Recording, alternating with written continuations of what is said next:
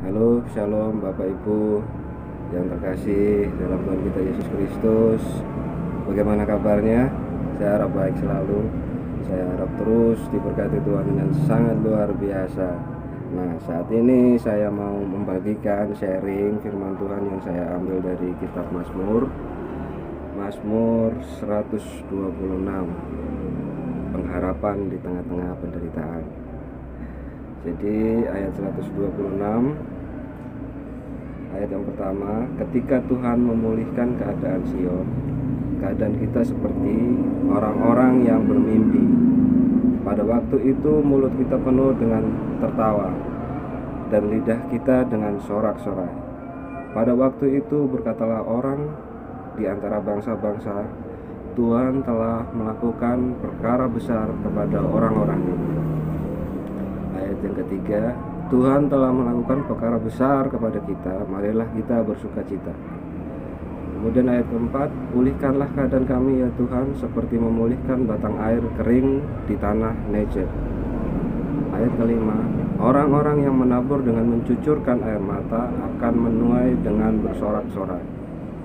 Ayat keenam, orang yang berjalan maju dengan menangis sambil menabur benih pasti pulang dengan sorak-sorai sambil membawa berkas-berkasnya. Baik Bapak Ibu, jadi saat kita melihat ayat pertama bahwa penggambaran dari pemulihan Tuhan yang disampaikan oleh pemazmur ini ada satu, yaitu ketika Tuhan memulihkan keadaan Sion, keadaan kita seperti orang-orang yang bermimpi. Bagaimana Anda bisa mengerti ini Bapak Ibu? Baik, coba saya gambarkan. Bangsa Israel, mereka adalah bangsa yang dikasihi Tuhan meskipun mereka tidak berbuat seharusnya mereka lakukan. Akhirnya Tuhan menghukum mereka dan membuang mereka ke negeri pembuangan, dan saat itu adalah Babel. Dan yang menjadi hal yang menarik adalah bahwa setelah selesai dari Babel, mereka boleh kembali ke Yerusalem. Ini hal yang luar biasa Bapak Ibu, bahwa mereka tidak berganti penjajah, tapi boleh pulang. Ini perkara besar yang dilakukan Tuhan kepada bangsa Israel.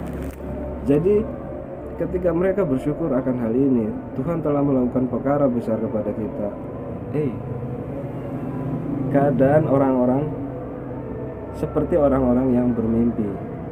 Mereka bangun pada sebuah kenyataan bahwa tanah mereka sudah hancur, perekonomian mereka, rumah mereka harus mulai lagi dari awal. Mereka harus membangun sebuah perekonomian yang mulai dari awal. Mereka harus membangun rumah mereka, mencari makan lagi dari awal. Dan ini yang membuat di ayat yang keempat, mereka mulai menyadarkan diri bahwa Tuhan, pulihkanlah keadaan kami ya Tuhan, seperti memulihkan batang air kering di tanah Negev. Jadi mereka seperti berbangun bahwa mereka menghadapi penderitaan yang bertubi-tubi, baru sadar. Itu seperti misalnya Anda, saya butuh duit untuk menyekolahkan anak. Bagaimana Anda bisa datang ke orang A lalu kemudian ngapunten Mas, Anda ke orang B lalu kemudian corona Mas, sepurane Mas. Anda ke orang C lalu D, mereka memberikan jawaban yang sama, lalu kemudian Tuhan membukakan jalan bahwa ya wes pinjam, puji Tuhan. Tapi mereka kembali pada sebuah kenyataan, nah terus aku bayar cicilan ini. Gaji saya sekian, dipotong makan, dipotong cicilan ini itu. Wow. Jadi yang mau saya garis bawahi bahwa mereka sadar bahwa Tuhan telah melakukan perkara besar di dalam kehidupan mereka, dan ini menjadi sebuah landasan bagi mereka untuk berharap bahwa Tuhan pasti akan tetap memberkati kehidupan mereka. Jadi meskipun permasalahan itu datang bertubi-tubi, mereka yakin bahwa pemulihan juga akan datang bertubi-tubi. Bukan permasalahan toh, tapi pemulihan juga datang bertubi-tubi.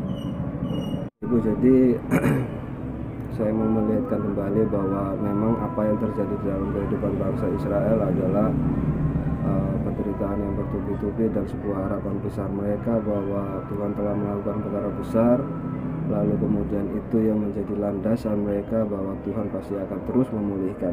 Kita lihat ini yang menjadi dasar dari ayat kelima, bahwa orang-orang yang menabur dengan mencucurkan air mata akan menuai dengan sorak-sorai.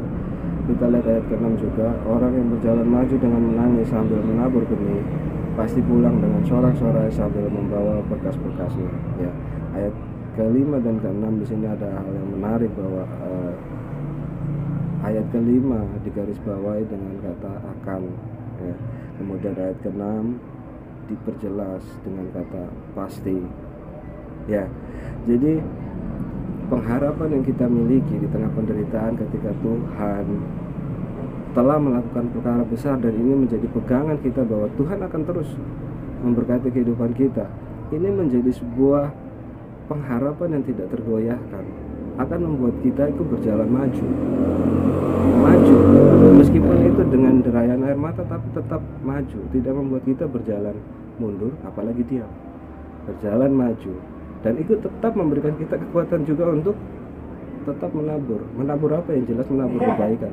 Tidak mungkin menabur, petani menabur ilalang, nggak ada.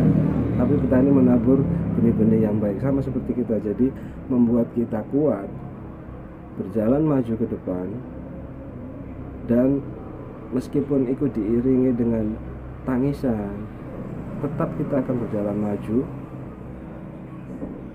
sambil menabur benih.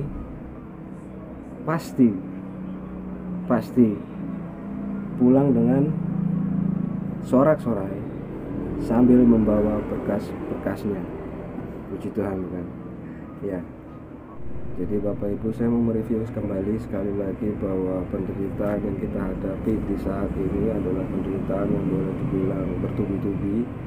Jadi seumpama Anda diberkati Tuhan, misalnya saya sakit, lalu kemudian Tuhan memberkati saya dan saya jadi sembuh, tapi sebuah kenyataan kembali bahwa saya tidak masuk 3 hari, lalu kemudian bayaran saya dipotong 3 hari otomatis, misalkan 3 hari. Gimana kalau seminggu? Gimana kalau 2 minggu? Terus selama itu bagaimana saya menafkahi keluarga? Bagaimana saya makan? Disitulah penderitaan yang bertubi-tubi. Tapi dengan dasar, kembali dengan sebuah dasar di ayat ketiga, bahwa Tuhan telah melakukan perkara besar, karena itu kita bersukacita. Jadi sumber kita adalah pemulihan yang dilakukan oleh Tuhan, bukan terhadap permasalahan yang datang bertubi-tubi, tapi pemulihan yang dilakukan Tuhan juga datang bertubi-tubi. Jadi Bapak Ibu, ini yang menjadi kekuatan kita untuk terus berjalan maju, bukannya diam ataupun mundur. Dan sambil menaburkan benih kebaikan, pasti kita akan menuai dengan sorak-sorai. Oke, baik Bapak Ibu, kita berdoa. Tuhan Allah Bapa kami yang bertata dalam kerajaan surga, Bapa yang baik, Bapa yang penuh kasih, kami bersyukur untuk saat ini akan firman-Mu ini Bapa. Sumber kekuatan di dalam kehidupan kami hanya Engkau saja Bapa yang memberikan semuanya. Meskipun permasalahan begitu banyak datang, tapi kemuliaan yang Engkau berikan datang juga bertubi-tubi. Bapa, kami serahkan kehidupan kami di bawah tangan-Mu yang kuat Bapa. Kami mohonkan belas kasihan-Mu Bapa, kami mohonkan kasih setia-Mu tetap tercurah di atas kehidupan kami,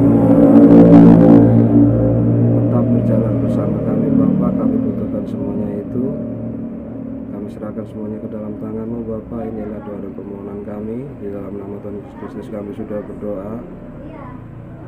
Ditinggikan dan dimuliakan nama-Mu dulu, sekarang dan selamanya. Haleluya, amin. Baik Bapak Ibu, terima kasih. Sampai ketemu lagi dan Tuhan Yesus memberkati.